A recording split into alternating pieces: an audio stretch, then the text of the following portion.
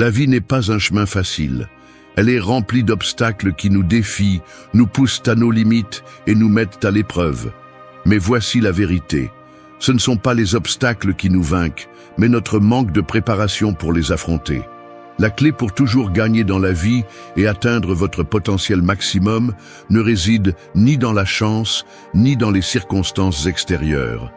Elle réside dans votre esprit, dans votre discipline et dans la façon dont vous prenez des décisions. Le stoïcisme est la philosophie qui révèle ce pouvoir intérieur. Ce n'est pas une théorie abstraite, c'est un ensemble de principes solides qui, lorsqu'ils sont correctement appliqués, transforment votre vie. Les stoïciens savaient que l'adversité n'est pas un obstacle, mais une opportunité de renforcer le caractère, de perfectionner l'esprit et de devenir la meilleure version de soi-même. Chaque échec est une leçon, chaque difficulté un échelon vers le succès. Il est temps que vous compreniez cela et que vous arrêtiez de chercher des excuses. Maintenant que vous comprenez ce qui est en jeu, il est temps d'agir. Les clés pour atteindre votre objectif sont à portée de main et ce sont des principes que n'importe qui peut appliquer, quel que soit son contexte. Vous allez maintenant découvrir comment chacun de ces principes stoïciens peut être l'outil ultime pour débloquer votre véritable potentiel et atteindre le succès. Alors préparez-vous, car la fin déterminera si vous avez appris quelque chose de tout cela. 1. Gère ton temps comme un maître. Gérer le temps comme un maître n'est pas une compétence optionnelle, c'est une nécessité. Le temps est la ressource la plus précieuse que tu as, et pourtant, la plupart des gens le gaspillent constamment. Nous passons des jours, des semaines, des mois, voire des années, sans vraiment comprendre la valeur du temps et comment l'exploiter au maximum. Si tu veux réussir, tu ne peux plus vivre comme si ton temps était illimité, parce qu'il ne l'est pas. La gestion efficace du temps est la base sur laquelle tu construis tes réalisations et ta vie. Les gens ont tendance à se disperser, à s'impliquer dans des tâches triviales qui ne contribuent pas à leurs objectifs et, pire encore, à procrastiner. La procrastination est le pire ennemi de la productivité. Chaque minute que tu perds à procrastiner est une minute que tu ne récupéreras jamais. Ne te trompe pas en pensant que « je le ferai demain ». Car demain arrive toujours avec plus d'excuses. La vérité est que si tu ne prends pas le contrôle de ton temps maintenant, tu finiras avec une vie pleine de regrets. Il est temps que tu cesses d'être un esclave de l'horloge et que tu commences à la dominer. Un maître de la gestion du temps ne se laisse pas emporter par les circonstances ni ne se plie aux caprices des autres. Un maître sait ce qu'il doit faire et quand le faire. Tu dois apprendre à prioriser. Ce qui est urgent n'est pas toujours le plus important. Si tu consacres ton temps à des choses urgentes mais pas importantes, tu perds de vue ce qui compte vraiment. Au lieu de courir d'un côté à l'autre en résolvant des crises, tu as besoin de créer un système qui te permet d'avancer avec un but et de la discipline. La clé est dans la planification. Si tu ne sais pas où tu vas, tu n'arriveras nulle part. Commence chaque journée avec une liste claire de ce que tu dois faire, en établissant les priorités. Il ne suffit pas de faire une liste. Il est essentiel que tu sois réaliste avec ce que tu peux accomplir en une journée. Il faut apprendre à dire non. Si tu n'apprends pas à refuser les distractions ou les activités qui ne te rapprochent pas de tes objectifs, tu perds du temps précieux. Ton temps est ta vie, et si tu ne le gères pas intelligemment, tu te rendras compte trop tard de ce que tu as perdu. N'oublie pas non plus que gérer le temps, ce n'est pas seulement être productif, c'est aussi réserver du temps pour se reposer et recharger ses batteries. La productivité sans repos est insoutenable. Un maître de la gestion du temps comprend que tout n'est pas travail. L'équilibre est essentiel. Gérer le temps comme un maître, ce n'est pas seulement le faire de manière efficace, mais aussi de manière sage, en comprenant quand il est temps d'avancer et quand il est temps de s'arrêter pour réfléchir et reprendre des forces. Le temps est ton atout le plus précieux. Si tu ne le gères pas avec maîtrise, tu le perdras, et avec lui, les opportunités. 2. L'action constante transformera tes rêves en réalisations tangibles. Rêver est facile, nous pouvons tous le faire. Mais faire de ces rêves une réalité, en réalisation tangible, c'est une autre histoire. La différence entre ceux qui vivent en rêvant et ceux qui parviennent à réaliser leurs rêves n'est pas une question de chance ou de circonstances favorables. La différence réside dans l'action. L'action constante est la clé pour transformer n'importe quel rêve en quelque chose que tu peux vraiment toucher et ressentir. Si tu restes seulement dans le domaine des rêves, sans prendre de décision et sans faire de pas concrets vers ce que tu désires, tu ne verras jamais les résultats. Les rêves en eux-mêmes n'ont pas de pouvoir. Ce ne sont que des fantasmes qui se dissipent si nous ne les soutenons pas avec un travail acharné, de la persévérance et une action constante. Peu importe la taille de ton objectif, sans action, il ne restera qu'une idée vague dans ton esprit. L'action constante ne signifie pas que tu dois toujours être occupé à faire quelque chose frénétiquement tout le temps. La clé est la constance. C'est l'effort répété jour après jour qui mène finalement au succès. Tu ne verras peut-être pas de résultats immédiats, mais si tu continues à avancer sans abandonner, si tu restes concentré et continues à travailler chaque jour, les réalisations s'accumuleront, un pas à la fois. L'action constante nécessite également de la discipline. Souvent, le plus difficile n'est pas de faire le premier pas, mais de maintenir l'élan lorsque les choses deviennent difficiles. Le chemin vers tes rêves ne sera pas linéaire. Il y aura des obstacles, des moments de doute, des échecs. La clé est de continuer à avancer, peu importe les chutes. Les personnes qui atteignent leurs objectifs ne sont pas celles qui ne font jamais d'erreurs, mais celles qui continuent à avancer malgré les échecs. Ne te laisse pas piéger par la négativité. Ne laisse pas les erreurs t'arrêter. Apprends d'elles et continue à avancer. Une autre partie importante de l'action constante est d'apprendre à rester concentré. Dans un monde plein de distractions, il est facile de se perdre dans 1000 choses qui ne contribuent pas à tes rêves. Si tu ne priorises pas, si tu ne travailles pas intensément vers ce que tu désires, tu gaspilleras ton temps et ton énergie dans des choses qui ne valent pas la peine. Concentre-toi sur ce qui compte vraiment. L'action constante nécessite d'avoir un objectif clair et de diriger tes efforts vers lui sans dévier.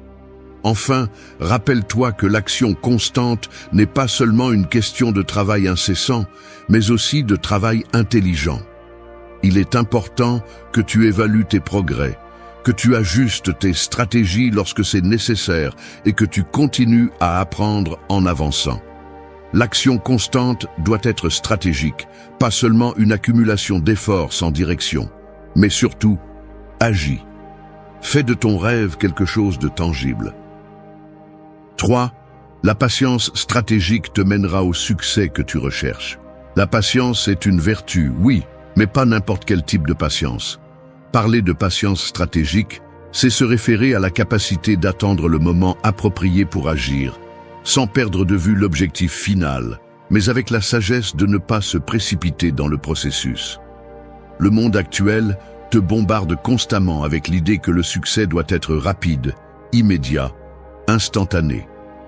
Les réseaux sociaux, les médias et le marketing nous vendent l'idée fausse que tout doit se passer immédiatement, que le succès arrive rapidement si tu prends le bon chemin. Mais la réalité est différente. Le véritable succès nécessite du temps, du travail acharné et une patience qui n'est pas passive, mais stratégique. La patience stratégique ne consiste pas à rester les bras croisés en attendant que les choses se passent d'elles-mêmes. Il ne s'agit pas d'être passif ou conformiste. Il s'agit de comprendre que tout a son processus et que le chemin vers le succès est plein de hauts et de bas, d'épreuves que tu dois surmonter. Au lieu de te précipiter pour atteindre la fin, la patience stratégique t'apprend à apprécier le processus, à apprendre à chaque étape et à prendre des décisions calculées lorsque le moment est venu. Dans la vie, tout ce qui vaut la peine prend du temps. Pense à n'importe quel grand accomplissement. Il ne se produit pas du jour au lendemain. Si tu veux construire quelque chose de durable et de significatif, tu dois être prêt à investir le temps nécessaire, sans céder à la tentation de résultats rapides.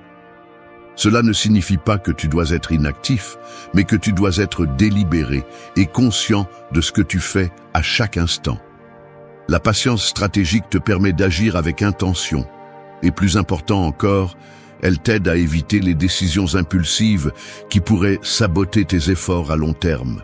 Une grande partie de la patience stratégique consiste à apprendre à gérer la frustration et l'anxiété lorsque les choses ne se passent pas comme tu l'espérais. Nous faisons tous face à des obstacles, des échecs, des moments où il semble que nous ne progressons pas. La clé est de rester calme dans ces moments et de ne pas perdre de vue l'objectif. Il est facile de se rendre quand les choses ne se passent pas comme tu l'avais prévu, mais c'est précisément l'occasion de mettre en pratique la patience stratégique. C'est un rappel que, même si les choses ne se passent pas comme tu l'espérais, tu construis quelque chose de plus grand et de plus durable. De plus, la patience stratégique t'aide à garder une vision claire. Lorsque tu te concentres sur le long terme, tu cesses de te soucier des petites difficultés qui se présentent en cours de route. Tu sais que chaque pas est une avancée, que chaque obstacle n'est qu'une leçon qui te rapproche de ton objectif. Ne te désespère pas, ne renonce pas, car le succès que tu recherches t'attend à l'horizon. Et avec la patience stratégique, il arrivera quand le moment sera venu. 4. Brise la procrastination et commence à agir tout de suite. La procrastination est un ennemi silencieux et traître. C'est la force qui te maintient immobile, attendant le moment parfait qui n'arrive jamais. Elle te convainc que demain sera meilleur, que l'avenir te fournira les conditions idéales pour commencer. Mais la vérité est autre. La procrastination n'est qu'un mécanisme de défense qui t'empêche d'agir et d'affronter l'inconfort du présent. Et pendant que tu continues à remettre à plus tard, le temps continue à avancer, et avec lui, tes opportunités de changer et de grandir. La première étape pour briser la procrastination est d'accepter qu'il n'y a pas de moment parfait. Le fait que tu continues à attendre l'occasion idéale n'est qu'une excuse. La vie ne s'arrête pas pour attendre que tu sois prêt, et le temps que tu laisses filer est celui que tu ne pourras jamais récupérer. Si tu veux accomplir quelque chose, tu dois le faire maintenant, pas demain. La procrastination te fera croire que les conditions ne sont pas adéquates, mais les conditions ne seront jamais parfaites. L'action est ce qui crée l'environnement pour le succès. Plus tu procrastines, plus il devient difficile d'agir. Et paradoxalement, plus tu agis, plus cela devient facile. La procrastination est liée à la peur et à l'anxiété. Tu crains l'échec, tu crains de ne pas être à la hauteur, tu crains la critique. Il est beaucoup plus facile de rester dans ta zone de confort, de repousser les décisions et les changements, parce que les affronter nécessite du courage. Mais la peur ne se résout pas par l'inaction. Au contraire, l'inaction ne fait que la nourrir. Plus tu repousses, plus le monstre que tu crées dans ton esprit sera grand. La solution est d'affronter cette peur par une action immédiate. Agir malgré la peur est ce qui te mènera à la libération. Briser la procrastination nécessite de la discipline. Tu as besoin de créer un système de travail qui te pousse à faire des pas, même s'ils sont petits, chaque jour. La clé réside dans la constance et la prise de décision rapide. Lorsque tu es confronté à une tâche importante, ne laisse pas ton esprit te décourager. Ne te permets pas de douter. Ne te permets pas de penser trop. Fais ce que tu as à faire maintenant, sans le repousser. Si tu dois écrire, écris. Si tu dois étudier, étudie. Si tu dois passer un appel, fais-le. L'action, même si elle semble insignifiante sur le moment, est ce qui te mènera au résultat que tu désires. Chaque fois que tu procrastines, tu t'éloignes de tes objectifs. Chaque minute que tu perds est une minute que tu aurais pu utiliser pour avancer. La procrastination ne te freine pas seulement, elle te pousse en arrière. C'est pourquoi tu as besoin de briser ce cycle destructeur. La prochaine fois que tu ressens la tentation de repousser quelque chose, souviens-toi que le temps n'attend pas. Ne perds pas une seconde de plus. Commence maintenant. L'action est l'antidote contre la procrastination, et c'est ce qui te mènera là où tu veux aller. 5. Apprenez à prendre des risques calculés. Prendre des risques est une partie essentielle du chemin vers le succès. Cependant, il ne s'agit pas de se lancer dans l'aventure sans réfléchir, d'agir impulsivement à la recherche de récompenses rapides ou de suivre des tendances sans fondement. Prendre des risques calculés est la capacité d'évaluer les situations, d'analyser les conséquences possibles et d'agir de manière stratégique.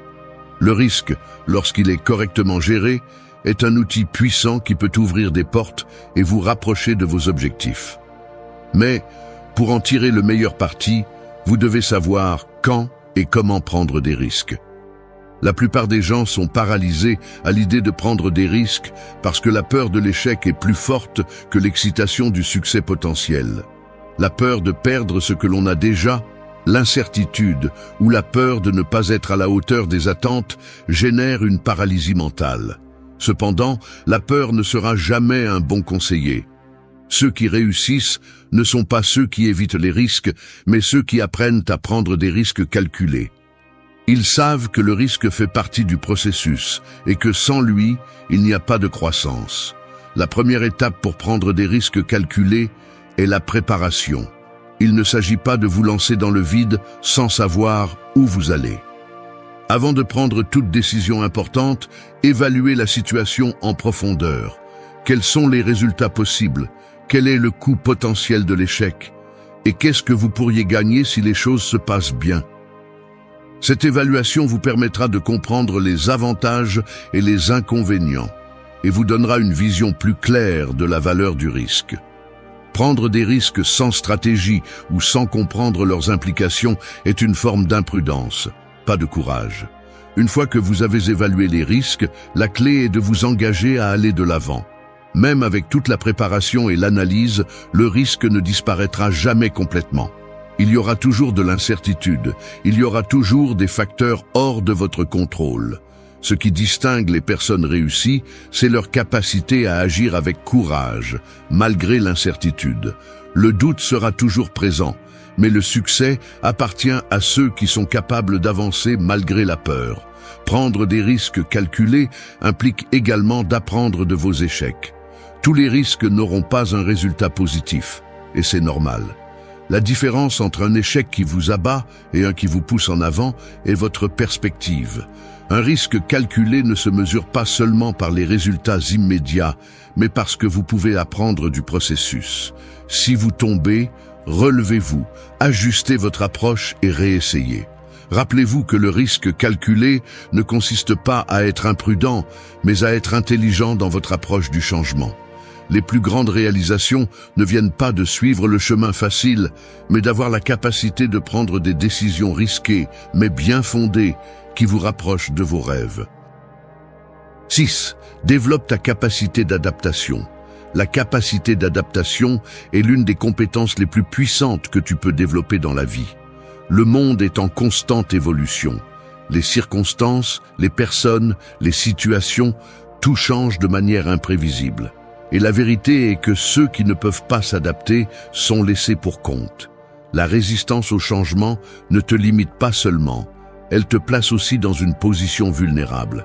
Si tu veux atteindre le succès, il est crucial que tu apprennes à t'adapter, à t'ajuster aux nouvelles réalités et à évoluer constamment. S'adapter ne signifie pas simplement suivre le courant, céder à n'importe quel changement ou être flexible sans but. Il s'agit d'être capable de reconnaître quand quelque chose ne fonctionne pas, de comprendre que la situation a changé et d'avoir la disposition mentale pour t'ajuster de manière efficace. Celui qui ne peut pas s'adapter vit dans le passé, s'accrochant aux façons de faire les choses qui ont fonctionné une fois, mais qui ne le font plus. Le monde n'attend pas ceux qui refusent d'évoluer. L'adaptation n'est pas toujours facile. Souvent, faire face au changement génère de l'inconfort, de l'insécurité et de la peur. Il y a quelque chose de profondément humain à résister à l'inconnu, à craindre ce que nous ne pouvons pas contrôler. Cependant, ceux qui sont capables de voir au-delà de la peur et d'agir malgré l'incertitude sont ceux qui réussissent. L'adaptation est un exercice de flexibilité mentale et émotionnelle. C'est la capacité de voir les circonstances difficiles, non pas comme des obstacles insurmontables, mais comme des opportunités de croissance et d'apprentissage. L'un des plus grands défis du processus d'adaptation est de garder son calme et sa clarté au milieu de l'incertitude. Il est facile de se sentir submergé par les changements, surtout lorsqu'ils se produisent rapidement ou lorsqu'ils sont imprévisibles. Mais si tu te laisses emporter par la panique ou le désespoir, tu ne prendras pas de décision judicieuse. La capacité d'adaptation nécessite de la patience, mais surtout, elle nécessite de l'autocontrôle. Tu dois apprendre à prendre du recul, à évaluer la situation objectivement et ensuite à agir avec un esprit clair. De plus, l'adaptabilité ne concerne pas seulement la gestion du changement externe. Il s'agit aussi de changer en interne lorsque c'est nécessaire. Parfois, le plus grand obstacle au succès est notre propre mentalité rigide. Croire que nous savons tout ou que nous avons toujours raison peut nous empêcher de grandir. La véritable adaptation implique une disposition continue à apprendre, à remettre en question nos croyances et à reconnaître qu'il y a toujours de la place pour s'améliorer. Ceux qui sont prêts à désapprendre les vieilles habitudes et à embrasser de nouvelles façons de penser sont ceux qui se démarquent vraiment.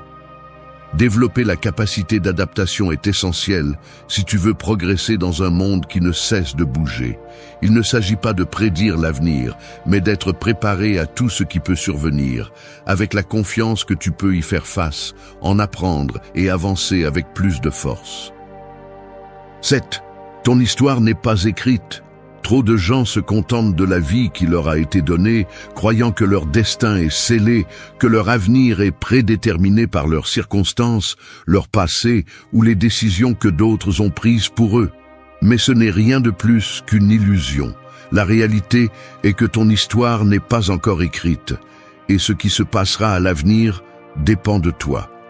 Tu n'es pas une victime des circonstances, tu es l'architecte de ta vie. Et il est temps que tu assumes ce rôle avec une totale responsabilité. L'idée que ta vie est prédestinée à suivre un certain cours est une façon de capituler avant de lutter.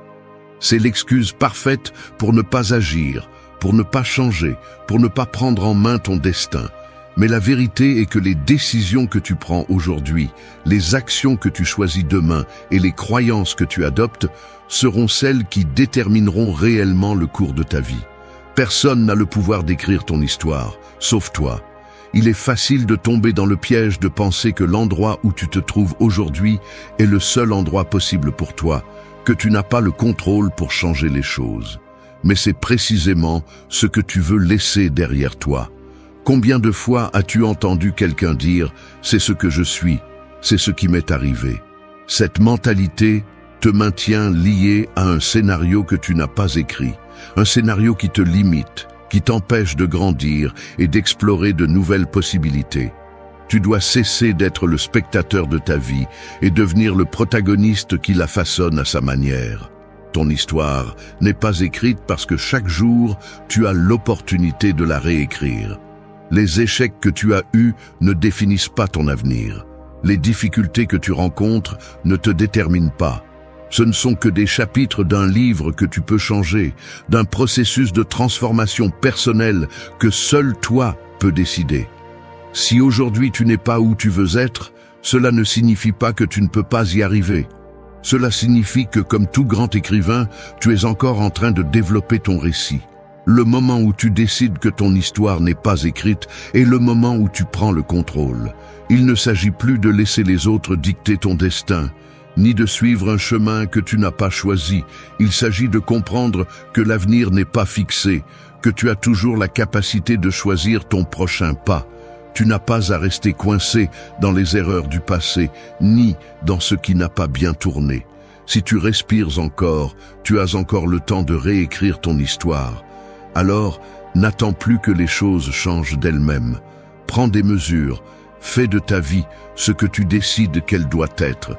Arrête de vivre sous l'illusion que tout est décidé, parce qu'en réalité, la seule chose qui est décidée, c'est toi. L'histoire qui reste à écrire dépend des décisions que tu prends maintenant. Tu es l'auteur de ton propre destin. 8. Crée une vision claire de ton futur. Tu ne peux arriver nulle part si tu ne sais pas où tu vas. La plupart des gens vivent leur vie sans une vision claire de l'avenir, réagissant aux circonstances plutôt que de façon proactive pour façonner leur destin. Ce manque de vision est la raison pour laquelle beaucoup se sentent perdus ou insatisfaits. Tu ne peux pas espérer accomplir quelque chose de grand si tu n'as pas un objectif concret en tête. Une vision claire de ton futur est ce qui te donnera une direction, un but et la motivation pour continuer à avancer, même lorsque les choses deviennent difficiles. La vision n'est pas seulement une fantaisie, ce n'est pas une liste vague de désirs. C'est une représentation claire, détaillée et réaliste de ce que tu veux accomplir dans la vie. Une vision concrète devient ton guide, ta carte routière pour atteindre le succès. Il ne suffit pas de rêver. Tu as besoin de transformer ces rêves en une vision définie, avec des étapes spécifiques pour y arriver. Si tu n'as pas clair ce que tu veux, les opportunités te passeront à côté, car tu ne seras pas prêt à les saisir. La première étape pour créer une vision claire est de te connaître toi-même. Tu dois être honnête avec toi sur ce que tu veux vraiment dans la vie, pas ce que les autres attendent de toi, pas ce que la société dicte comme succès. Qu'est-ce qui te passionne? Qu'est-ce qui te motive? Quel héritage veux-tu laisser? Si tu n'as pas la réponse à ces questions, il te sera difficile de créer une vision solide et significative. Prends le temps nécessaire pour réfléchir à tes valeurs, tes passions et tes forces. Ce n'est qu'alors que tu pourras visualiser clairement ce que tu veux construire pour ton futur. Une fois que tu as une vision, il ne suffit pas de l'avoir dans ta tête. Tu dois l'écrire, la mettre sur papier. Les études montrent que les personnes qui écrivent leurs objectifs ont beaucoup plus de chances de les atteindre. Mais l'écrire ne suffit pas. La vision doit être suffisamment claire et spécifique pour que tu puisses prendre des décisions tous les jours basées sur elle. Tu ne peux pas laisser les distractions, les doutes ou les attentes des autres te détourner de ton objectif. La vision doit être si puissante que chaque pas que tu fais te rapproche un peu plus d'elle. Crée un plan d'action. Tu ne peux pas espérer que le futur se matérialise sans mettre d'efforts dans le présent. Définis les étapes concrètes que tu dois prendre pour te rapprocher de ta vision et travaille vers ces objectifs tous les jours, sans excuse. Au fur et à mesure que tu avances, ajuste le plan si nécessaire, mais garde toujours ta vision devant toi. La vision claire de ton futur ne te donnera pas seulement une direction, mais te gardera concentré, motivé et engagé. Sans elle, tu navigueras sans cap, et il est fort probable que tu finisses dans un endroit où tu ne veux pas être. 9. Arrête d'attendre le moment parfait. Un des pièges les plus dangereux dans lesquels tu peux tomber est d'attendre le moment parfait pour agir. Cette illusion de perfection te maintient stagnant, attendant que les conditions soient idéales pour faire le premier pas. Elle te convainc que si tu pouvais juste attendre un peu plus longtemps, si seulement les circonstances étaient plus favorables, alors tu serais capable d'atteindre tes objectifs. Mais la réalité est autre. Le moment parfait n'arrivera jamais, et tant que tu continues à attendre, tu perdras des opportunités précieuses. La recherche du moment parfait est une excuse déguisée en prudence. Elle te fait croire que tout doit s'aligner avant que tu puisses commencer à travailler vers tes objectifs, mais ce n'est pas ainsi que fonctionne la vie. Les meilleures opportunités arrivent souvent quand tu les attends le moins, quand les conditions ne sont pas idéales, mais quand tu as le courage d'agir malgré l'incertitude. Si tu continues à attendre la situation parfaite, la seule chose que tu accompliras est de retarder ton progrès. Chaque seconde que tu passes à attendre est une seconde que tu perds pour avancer vers tes objectifs. La peur de l'échec est une des principales raisons pour lesquelles les gens attendent le moment parfait. Ils craignent que leurs efforts ne soient pas suffisants ou qu'ils n'obtiennent pas le résultat souhaité, donc ils préfèrent ne rien faire plutôt que de prendre des risques. Cette peur est tout à fait naturelle, mais aussi complètement inutile si elle est autorisée à gouverner tes décisions. L'échec n'est qu'une partie du processus, une leçon sur le chemin du succès. Tu n'apprendras rien si tu n'agis pas, si tu ne prends pas le risque de te tromper. Chaque tentative, même si elle n'est pas parfaite, te rapproche un pas de plus de tes objectifs. L'autre grand obstacle à attendre le moment parfait est la paralysie par l'analyse. Tu te retrouves coincé dans l'idée que tu as besoin de tout savoir, d'avoir tous les détails en ordre et de planifier chaque étape avant de commencer. Mais la vérité est que tu n'auras jamais toutes les réponses. La vie est pleine d'incertitudes et les plans se déroulent rarement comme nous les imaginons. Ce qui compte vraiment, c'est que tu commences à agir. Même si tu n'as pas tout résolu, faire le premier pas te mettra en mouvement et le chemin se dégagera au fur et à mesure que tu avances. La clé pour arrêter d'attendre le moment parfait est de comprendre que le progrès est réalisé par l'action, pas par l'attente. Commence aujourd'hui, avec ce que tu as, avec ce que tu sais et avec les ressources disponibles. Le moment parfait n'existe pas. Ce qui compte, c'est que tu prennes la décision de commencer maintenant sans plus d'excuses. L'action est ce qui te mènera où tu veux aller. 10. Concentre-toi sur le processus, pas seulement sur le résultat final. Il est facile de se laisser prendre par l'idée du résultat final, surtout lorsque tu as de grands rêves et objectifs. Nous voulons tous voir les fruits de notre travail, atteindre le succès et profiter des récompenses. Mais si tu te concentres uniquement sur le résultat final, tu passeras à côté de l'essentiel, le processus. Le processus est ce qui forme réellement le chemin vers le succès. Et si tu ne prêtes pas attention à chaque étape, il est probable que tu abandonnes avant d'y arriver. Le résultat final n'est que le produit d'une série de décisions, d'habitudes et d'actions que tu as prises tout au long du chemin. Si tu te concentres uniquement sur la destination, tu pourrais passer des années à travailler sans profiter ni apprendre de ce que tu fais. La véritable valeur réside dans le processus, dans les petites victoires quotidiennes, dans le travail constant et dans les leçons que tu apprends en cours de route. Si tu attends seulement le grand accomplissement, tu pourrais ne pas te rendre compte que le voyage en lui-même est ce qui te transforme. Se concentrer sur le processus te permet de profiter du présent et de grandir constamment.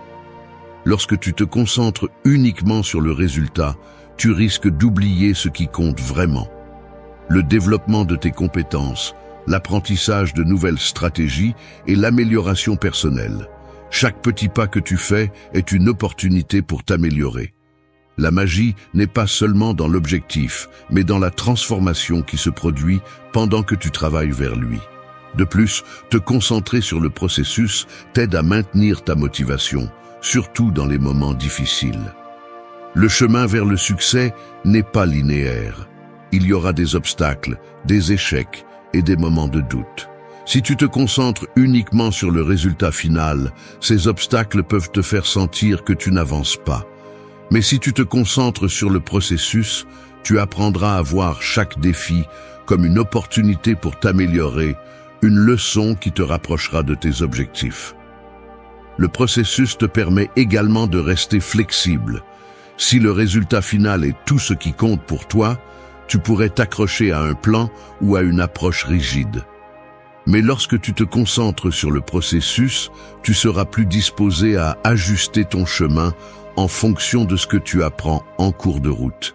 Tu deviens plus adaptable, plus résilient et plus capable de trouver de nouvelles solutions lorsque les anciennes ne fonctionnent pas. Rappelle-toi, le processus est ce qui te forme, ce qui te prépare à gérer le succès lorsqu'il arrive. Si tu te concentres uniquement sur le résultat, tu passeras à côté de tout ce qui te fera réellement grandir. As-tu déjà ressenti une pression émotionnelle écrasante, comme si les tempêtes de la vie étaient trop fortes pour les affronter?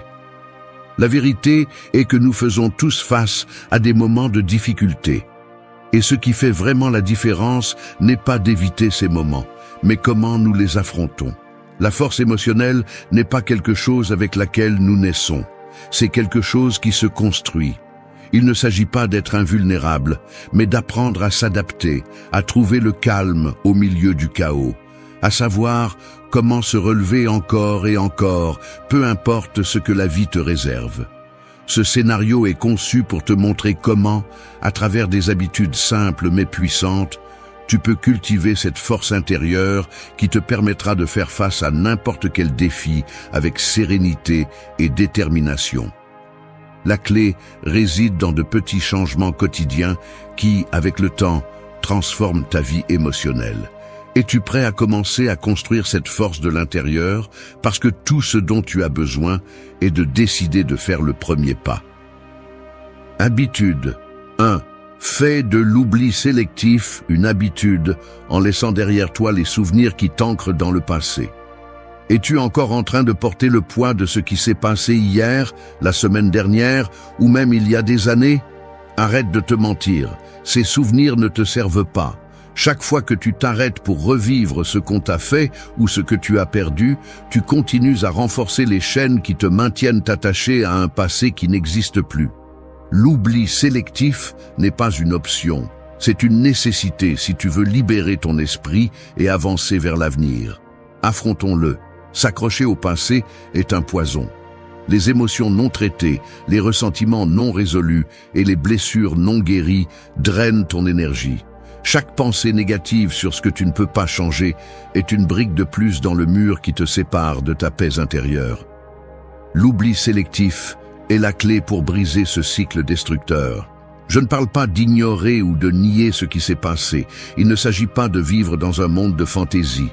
L'oubli sélectif consiste à prendre une décision consciente, de laisser derrière soi les souvenirs qui, au lieu de t'enseigner quelque chose de précieux, te tirent seulement vers l'abîme émotionnel.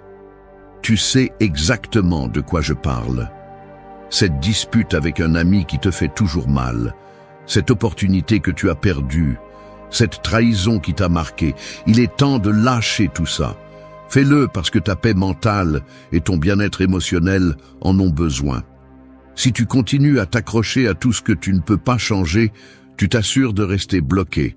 Rappelle-toi ceci, les souvenirs qui nous font le plus mal sont ceux qui ont le plus de pouvoir sur nous. Si tu ne laisses pas le passé te dominer, si tu prends le contrôle et te permets d'oublier ce qui n'a plus sa place dans ta vie, tu feras le premier pas vers la liberté émotionnelle. Tu te rendras compte à quel point l'esprit est léger lorsque tu décides de ne plus revivre les mêmes moments encore et encore. Cette habitude n'est pas facile. Elle ne le sera pas, mais tu n'es pas ici pour qu'on te dise que tout sera facile. Tu es ici parce que tu sais que le chemin vers la force émotionnelle passe par la libération de ce qui ne t'aide pas. Ne continue pas à nourrir tes peurs, tes culpabilités et tes regrets. Laisse aller ce qui ne te permet pas de grandir. L'oubli sélectif est une discipline qui nécessite de la pratique, mais je te garantis qu'avec le temps, il deviendra l'un des outils les plus puissants que tu aies pour atteindre la paix intérieure. Alors fais-le. Libère-toi. Oublie ce qui te maintient dans l'obscurité et fais de la place pour ce qui est à venir. Ce n'est qu'alors que tu seras vraiment prêt à avancer, sans les fardeaux du passé, avec un esprit plus fort et prêt à affronter ce qui vient. Habitude 2. Développe l'autocompassion et pardonne tes erreurs. Arrête de te punir pour chaque erreur que tu as commise. Tu sais quoi? Nous faisons tous des erreurs, et si tu penses que tu es l'exception, tu te mens à toi-même. La différence entre ceux qui avancent et ceux qui restent bloqués réside dans la façon dont ils affrontent leurs échecs. Si tu continues à voir tes erreurs comme des preuves que tu n'es pas assez bon, tu n'arriveras jamais là où tu veux vraiment être. Le problème avec le manque d'autocompassion est simple. Tu te noies dans une mer de culpabilité et d'autocritique qui ne te sert à rien. Tu es obsédé par ce que tu as mal fait. Tu continues à te battre pour ne pas avoir fait les choses parfaitement. Mais voici la vérité. Personne n'est parfait. Personne. Ni les grands leaders, ni les génies, ni tes idoles. La perfection est une fantaisie. Et si tu vis en cherchant à atteindre quelque chose qui n'existe pas, tu perdras simplement ton temps. Le pardon commence par toi. Si tu n'es pas capable de te pardonner pour ce que tu as mal fait, tu choisis de rester coincé dans le passé, dans ce cycle destructeur qui t'empêche d'avancer. Il est temps que tu arrêtes de te trouver des excuses et que tu affrontes la dure réalité. Ton autocastigation ne sert à rien. Le seul effet qu'elle a est qu'elle nourrit la honte, l'insécurité et la frustration. Et tu sais quoi? Ces émotions ne te mènent nulle part. Tu n'avances pas, tu ne grandis pas. Tu continues simplement à tourner en rond dans un cercle vicieux qui te consume. L'autocompassion ne signifie pas que tu commences à justifier chaque erreur. Il ne s'agit pas d'excuser ce que tu as mal fait. Il s'agit d'accepter que tu es humain, que tu as fait une erreur, mais que cela ne te définit pas. L'autocompassion, c'est comprendre que tu peux apprendre, corriger et améliorer, sans avoir besoin de te détruire dans le processus. La première étape pour te pardonner est d'arrêter de croire que tu dois être parfait. La vie ne fonctionne pas comme ça. Ce qui te définit ne sont pas tes échecs, mais ce que tu fais après les avoir commis. Chaque erreur est une opportunité d'apprendre et de grandir, mais seulement si tu es assez intelligent pour ne pas rester coincé dans le sentiment de culpabilité. Tu sais ce qui est vraiment destructeur, ne pas te pardonner. Le manque d'autocompassion te consume d'une manière beaucoup plus dangereuse que n'importe quelle erreur que tu as pu commettre. L'autocompassion te libère. Elle te donne l'opportunité de continuer à avancer, d'apprendre de ton passé et de ne pas te laisser freiner. Si tu n'apprends pas à te pardonner, tu condamnes ton propre progrès. L'autocompassion n'est pas un luxe, c'est une nécessité. Sans elle, tu resteras attaché à tes erreurs, répétant le même schéma encore et encore. Arrête de te détruire. Pardonne tes erreurs, apprends d'elles et avance. Il est temps que tu prennes le contrôle. Habitude 3. Fais de l'exercice pour libérer des endorphines. Arrête de trouver des excuses. Peu importe ce que tu dis, le fait est que ton corps a besoin de bouger. Il est temps d'arrêter de te cacher derrière la paresse et les justifications. L'exercice n'est pas un caprice, c'est une nécessité fondamentale pour ton bien-être physique et mental. Si tu attends que les choses s'améliorent tout en ne faisant rien pour changer, alors ne te trompe plus. Les choses ne vont pas s'améliorer d'elles-mêmes. Les endorphines, ces substances chimiques que ton cerveau libère lorsque tu fais de l'exercice, sont l'arme secrète à ta disposition. Ce sont elles qui te donnent cette sensation de bien-être, de soulagement, de contrôle. Tu ne l'as pas ressenti parce que tu préfères rester sur le canapé en attendant que quelque chose de magique se produise. Et la vérité est qu'il n'y a pas de magie. La magie est dans le mouvement, dans le fait de faire fonctionner ton corps comme il le doit. Arrête d'attendre que l'humeur vienne d'elle-même. L'humeur se construit avec l'action. Savais-tu que l'exercice est l'un des moyens les plus efficaces pour réduire le stress et l'anxiété ? C'est vrai. Et le plus ironique, c'est que tu continues à choisir de rester immobile, enfermé dans tes pensées, laissant les problèmes s'accumuler. Les problèmes ne se résolvent pas en restant paralysés. Ils se résolvent par l'action, par le mouvement.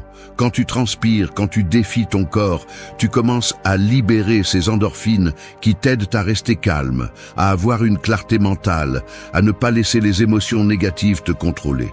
Il est temps que tu arrêtes d'attendre la motivation parfaite qui n'arrive jamais. La motivation se crée avec l'action. L'exercice n'est pas une option. C'est une nécessité pour ceux qui cherchent à avoir le contrôle sur leurs émotions. Ne te trompe pas en pensant que l'exercice est seulement pour perdre du poids ou améliorer l'apparence. Le véritable pouvoir réside dans la façon dont il transforme ton esprit. Un esprit fort a besoin d'un corps fort. Arrête de jouer le jeu du confort, de l'inaction. La vie n'attend pas que tu te mettes en forme. Alors fais-le. Bouge. Fais de l'exercice. Libère ces endorphines et commence à te sentir comme tu devrais, en contrôle. Arrête d'être faible mentalement. Si ton corps ne bouge pas, ton esprit ne le fait pas non plus. Tu as besoin de l'exercice pour faire face aux adversités, pour mieux gérer le stress, pour être à ton meilleur. Il n'y a pas d'excuse. Qu'attends-tu ? Une permission, l'heure exacte, tu n'en as pas besoin. Ce dont tu as besoin, c'est de prendre des mesures dès maintenant. Fais de chaque moment d'exercice une victoire sur tes limites. Fais travailler ces endorphines pour toi. Et quand tu te sentiras fort, tu comprendras qu'il n'y a rien que tu ne peux pas affronter. Habitude 4. Maintiens une routine de sommeil constante. Arrête de te mentir à toi-même. Le fait que tu sautes d'un horaire de sommeil à un autre, que tu dors peu et que tu penses pouvoir réparer cela plus tard est une illusion. Si tu ne dors pas ce dont tu as besoin et à l'heure dont tu as besoin, tu sabotes tout. Le manque de sommeil n'est pas quelque chose que tu peux gérer avec une tasse de café supplémentaire ou avec un jour de plus. Tu ne le gères pas. il te gère. Et laisse-moi te dire quelque chose, il n'y a rien de plus destructeur pour ton bien-être physique et mental que de ne pas bien dormir. C'est aussi simple que cela. Ton corps et ton esprit ont besoin de repos. Ce n'est pas négociable. La constance est la clé. Si tu n'établis pas une routine de sommeil et que tu ne la suis pas, tu ne peux pas espérer performer au niveau dont tu as besoin. Tu joues avec le feu. Le sommeil n'est pas un luxe, c'est une nécessité biologique. Le manque de sommeil chronique affecte ta capacité à prendre des décisions, ton humeur et, plus grave encore, ta santé à long terme. Penses-tu vraiment pouvoir l'ignorer et rester productif, efficace et émotionnellement équilibré? Tu te trompes. L'épuisement te rend faible, instable et enclin à faire des erreurs stupides. Il n'y a pas moyen d'être fort, intelligent ou efficace sans un bon repos. Qu'attends-tu pour le comprendre? Si tu ne dors pas de manière constante, ton cerveau ne fonctionne pas comme il le devrait. C'est aussi simple que cela. Tu réduis tes performances au minimum et tu ne le reconnais pas. Le manque de sommeil affecte ta capacité à apprendre, à retenir des informations et à gérer le stress. Si tu ne peux pas maintenir une routine de sommeil, tu ne peux pas espérer gérer les pressions du quotidien sans tomber dans le désespoir. Penses-tu gagner quelque chose en restant éveillé tard? Tu ne gagnes rien, tu ruines simplement ton avenir. Il est temps d'être réaliste. Les excuses ne servent plus. Bien dormir est crucial pour ton succès, pour ta clarté mentale et pour ta stabilité émotionnelle. Tu ne peux pas espérer avoir l'énergie et l'état d'esprit nécessaires pour affronter les défis de la vie sans un repos suffisant. Et je ne parle pas de dormir pour dormir, je parle d'un sommeil qui soit réparateur, profond et constant. Sans une routine solide, tu compromets ta capacité à être le meilleur. Tu choisis la médiocrité. Arrête de jouer avec ta santé et ton avenir. Établis une routine de sommeil qui fonctionne pour toi. Sois discipliné et fais du sommeil une priorité. Il n'y a pas d'excuse. Si tu veux vraiment être plus fort, plus efficace, plus concentré, alors dors bien. Parce que si tu ne le fais pas, les dégâts sont déjà faits et tu les paieras avec chaque mauvaise décision, chaque erreur inutile et la constante sensation de te traîner. Le choix est à toi. Soit tu dors bien, soit tu continues à perdre. Habitude. 5. Faites un check-in émotionnel chaque matin. Arrête de te lever et de suivre le flux de la journée sans plus. Tu n'as aucune idée de ce que tu ressens vraiment jusqu'à ce que tu t'arrêtes pour y penser. Il est si facile de se perdre dans la routine, dans la précipitation de faire sans prendre le temps de réfléchir à ce qui se passe réellement en toi. Mais savais-tu que c'est la raison principale pour laquelle tu n'arrives pas à progresser émotionnellement? Tu fonctionnes en pilote automatique et c'est une grosse erreur.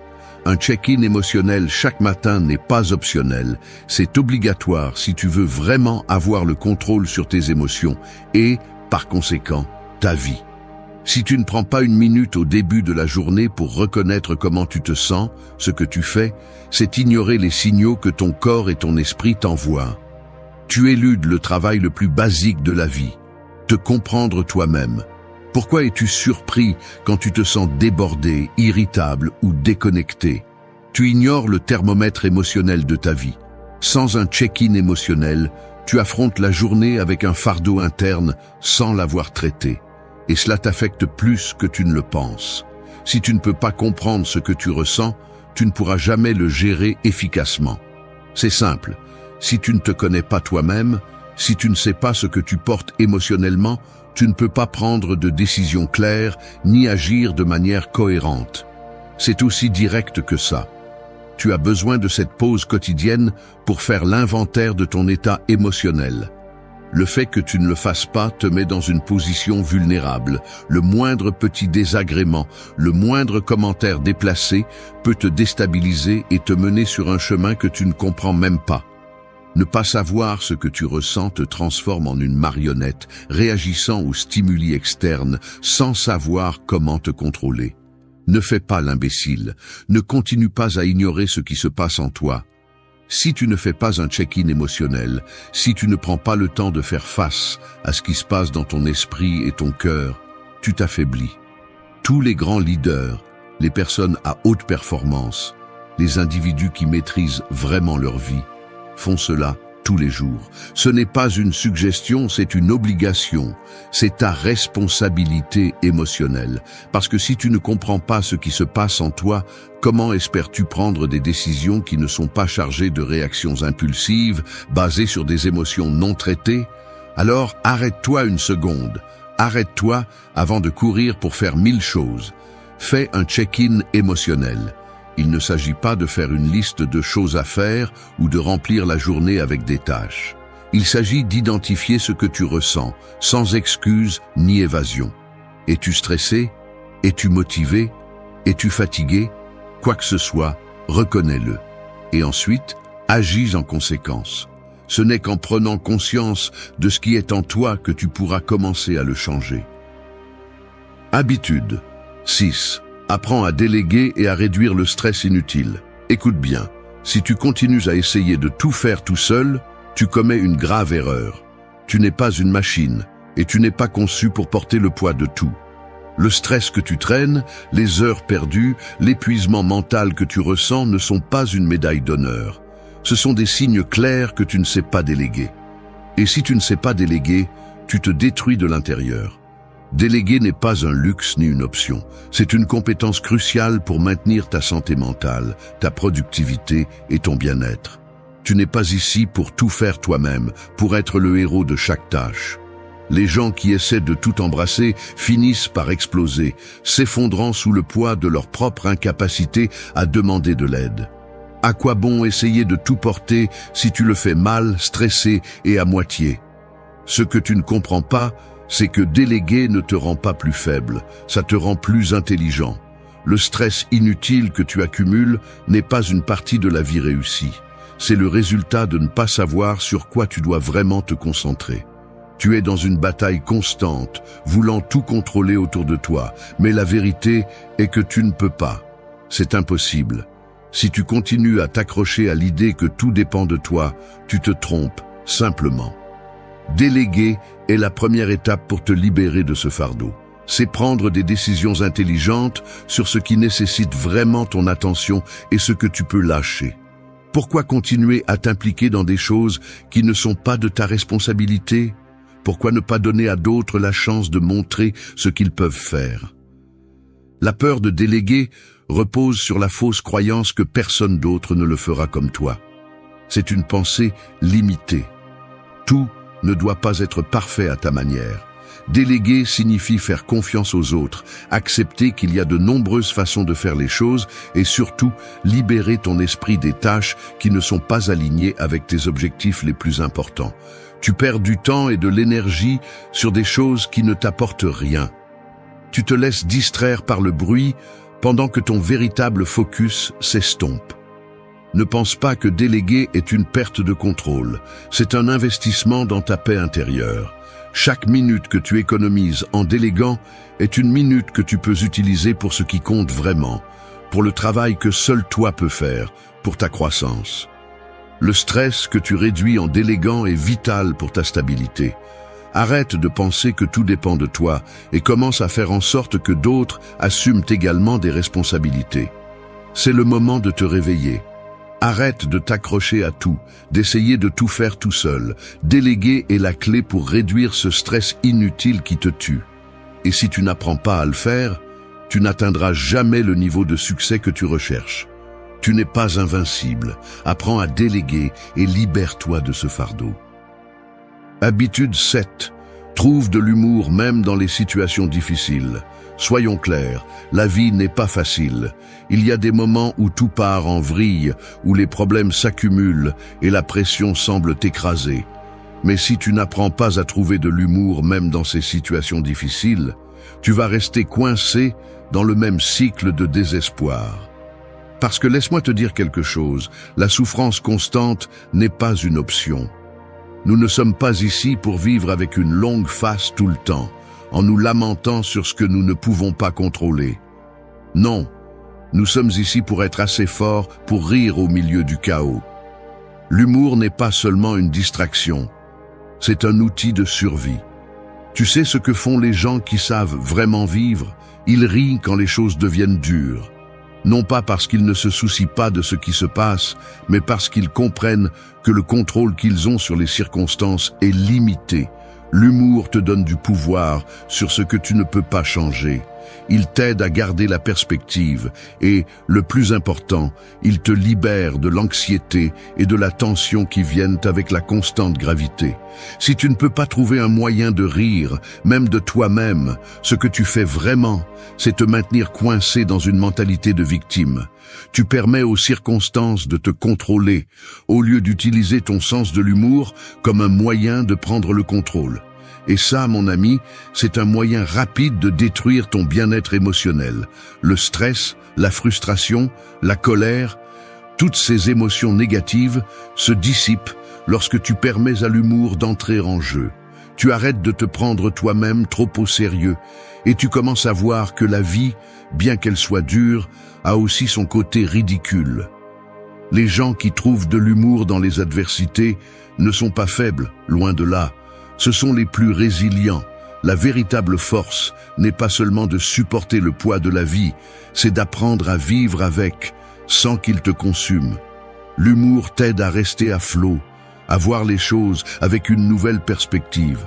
Quand tu prends un moment pour rire, même au milieu du désastre, tu choisis la paix plutôt que l'angoisse.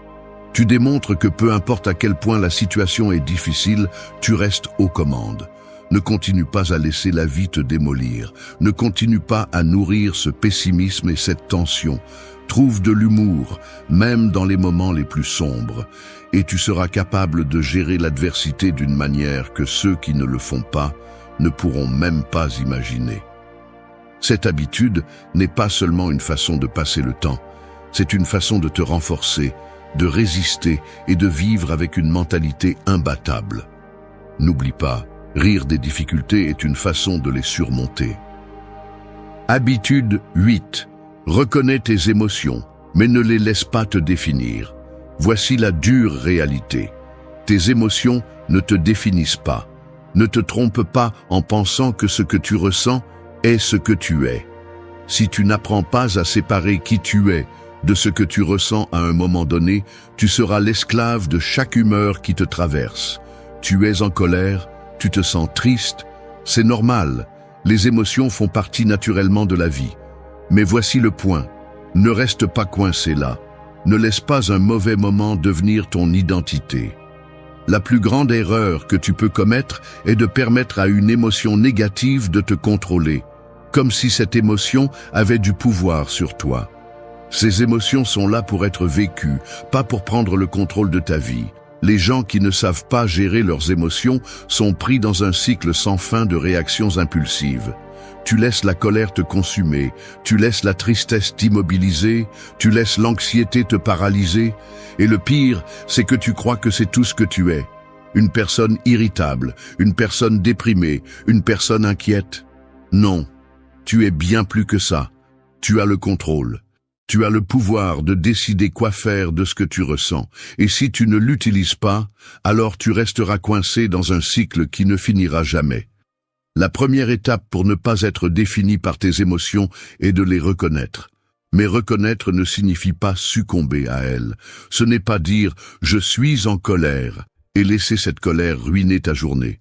C'est dire « je suis en colère, mais je ne vais pas laisser cela gouverner mon comportement ». Reconnaître tes émotions signifie être honnête avec toi-même sur ce que tu ressens, sans peur, sans honte. C'est un acte d'autoconnaissance et de maturité. Mais l'étape suivante est encore plus importante. Ne pas laisser ces émotions contrôler tes décisions. Ne laisse pas une mauvaise journée devenir une excuse pour te comporter de manière destructive. Ce que tu ressens n'est qu'une partie de ce que tu es. Si tu permets aux émotions négatives de définir qui tu es, ce que tu fais vraiment, c'est renoncer au contrôle. Tu deviens une victime de tes propres sentiments. Et ça, mon ami, c'est le chemin direct vers la frustration, le malheur et le manque de progrès. Tu dois être plus intelligent que ça, tu dois être plus fort que ça. Le défi ici est de posséder tes émotions, de ne pas les laisser te contrôler. Alors quand tu te sens en colère, triste, anxieux ou frustré, Reconnais ce que tu ressens, mais ne laisse pas cela définir qui tu es ou ce que tu es capable de faire. Les émotions sont des outils, pas des chaînes. Utilise-les à ton avantage, mais ne les laisse jamais te lier. Et souviens-toi de ceci. Tu décides comment agir, pas tes émotions. Si tu ne l'apprends pas, tu ne seras jamais vraiment libre. Habitude 9. Élimine la souffrance inutile. Écoute-moi bien. La plupart de ta souffrance est inutile. Elle est auto-imposée. Elle est le résultat de ton incapacité à accepter la réalité telle qu'elle est. Tu continues à choisir de souffrir pour des choses que tu ne peux pas contrôler, pour des erreurs passées ou pour des préoccupations futures. Et le pire de tout, tu continues à te donner la permission de rester là, coincé dans la douleur que tu as toi-même créée. Si tu veux changer, tu dois comprendre quelque chose. Tu n'es pas condamné à souffrir. La souffrance que tu expérimentes dans ta vie, pour la plupart, est un choix, et il est temps que tu arrêtes de la choisir. Te plains-tu constamment de ce qui t'arrive? Te lamentes-tu de ce que tu n'as pas ou de ce que tu as perdu? Continues-tu à te tourmenter pour des décisions passées? Arrête-toi maintenant. La souffrance inutile n'est pas seulement une perte de temps, c'est une perte d'énergie, de ton bien-être émotionnel et de ta santé mentale. Pourquoi continuer à nourrir un monstre qui ne fait que te rendre plus faible, plus instable, plus incapable d'avancer? La souffrance qui n'est pas basée sur des faits réels et concrets n'est qu'une distorsion de ton esprit. Si tu regardes vraiment ce qui se passe, la plupart de tes souffrances n'ont pas de base solide. Elles ne sont ancrées qu'à des pensées irrationnelles, des croyances limitantes et une vision déformée de la vie. Ne continue pas à être une victime de tes propres pensées. La souffrance inutile naît de la peur, de l'anxiété et de la résistance à ce que tu ne peux pas changer. Tu résistes à ce qui est, à ce qui se passe, à ce que tu ne peux pas contrôler, et c'est ce qui t'épuise. Sais-tu ce qui te rend vraiment faible? C'est ton incapacité à accepter les choses telles qu'elles sont, à regarder la vie et à dire « c'est ce qu'il y a, et je vais agir avec ce que j'ai ». La souffrance ne vient pas des circonstances, mais de la façon dont tu décides de réagir à elle. Arrête de chercher des raisons de souffrir et commence à chercher des raisons d'apprendre, de grandir et d'avancer. C'est un fait. Personne ne peut contrôler tout ce qui lui arrive, mais tout le monde peut contrôler comment il réagit. Si tu continues à penser que la souffrance est inévitable, si tu continues à croire qu'il n'y a pas d'issue, tu te mens à toi-même. Personne n'est obligé de souffrir pour des choses qu'il ne peut pas changer. La vie n'est pas juste, et c'est bien. Tu ne peux pas t'attendre à ce que tout soit parfait ou facile, mais tu peux décider que tu ne vas pas rester coincé dans un cycle de souffrance que tu alimentes toi-même. Tu peux décider de te libérer. Élimine la souffrance inutile. Arrête de permettre que la douleur mentale te contrôle. La vie a déjà assez de défis réels. Ne rends pas le tien encore plus difficile en restant coincé dans ce que tu ne peux pas changer. Fais-le maintenant. Pas demain, pas dans le futur. Élimine l'inutile et vis avec clarté, avec action, avec un but. Ce n'est qu'alors que tu commenceras à ressentir la véritable liberté. Habitude 10. Réfléchis à tes réactions. Voici la dure vérité. Ce qui te tire le plus vers le bas, c'est ta façon de réagir aux choses. Ce ne sont pas les problèmes en eux-mêmes qui te détruisent, c'est la façon dont tu choisis de leur répondre. Je te le répète, le problème n'est pas ce qui t'arrive, c'est comment tu réagis à cela.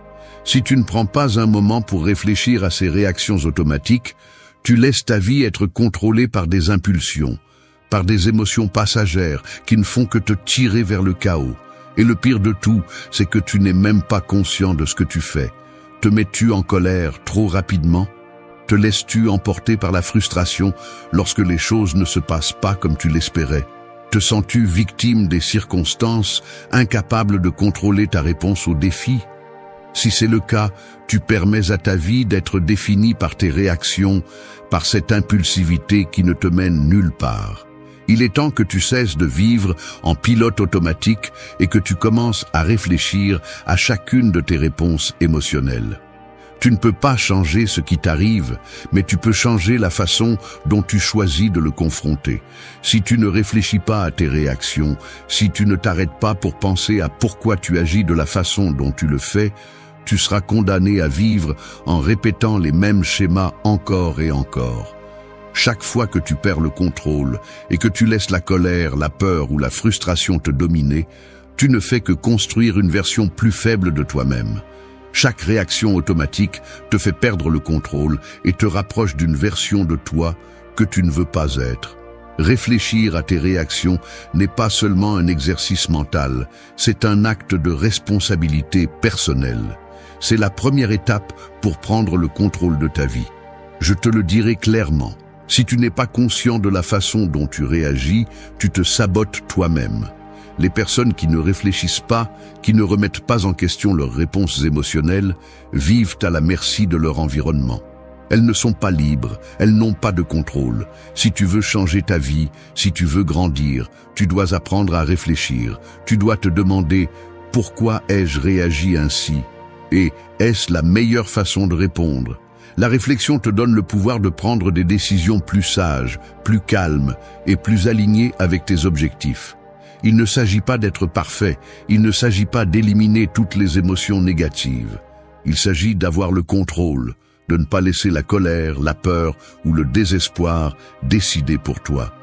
Réfléchir à tes réactions est la façon la plus efficace de cesser d'être une victime de tes propres impulsions. Alors, commence maintenant. Réfléchis, questionne, agis avec conscience. Si tu ne le fais pas, tu resteras coincé dans le même cycle destructeur. Et ne te trompe pas, ce n'est pas vivre, c'est survivre. Et tu n'es pas ici pour survivre. Tu es ici pour vivre avec un but, un contrôle et une direction.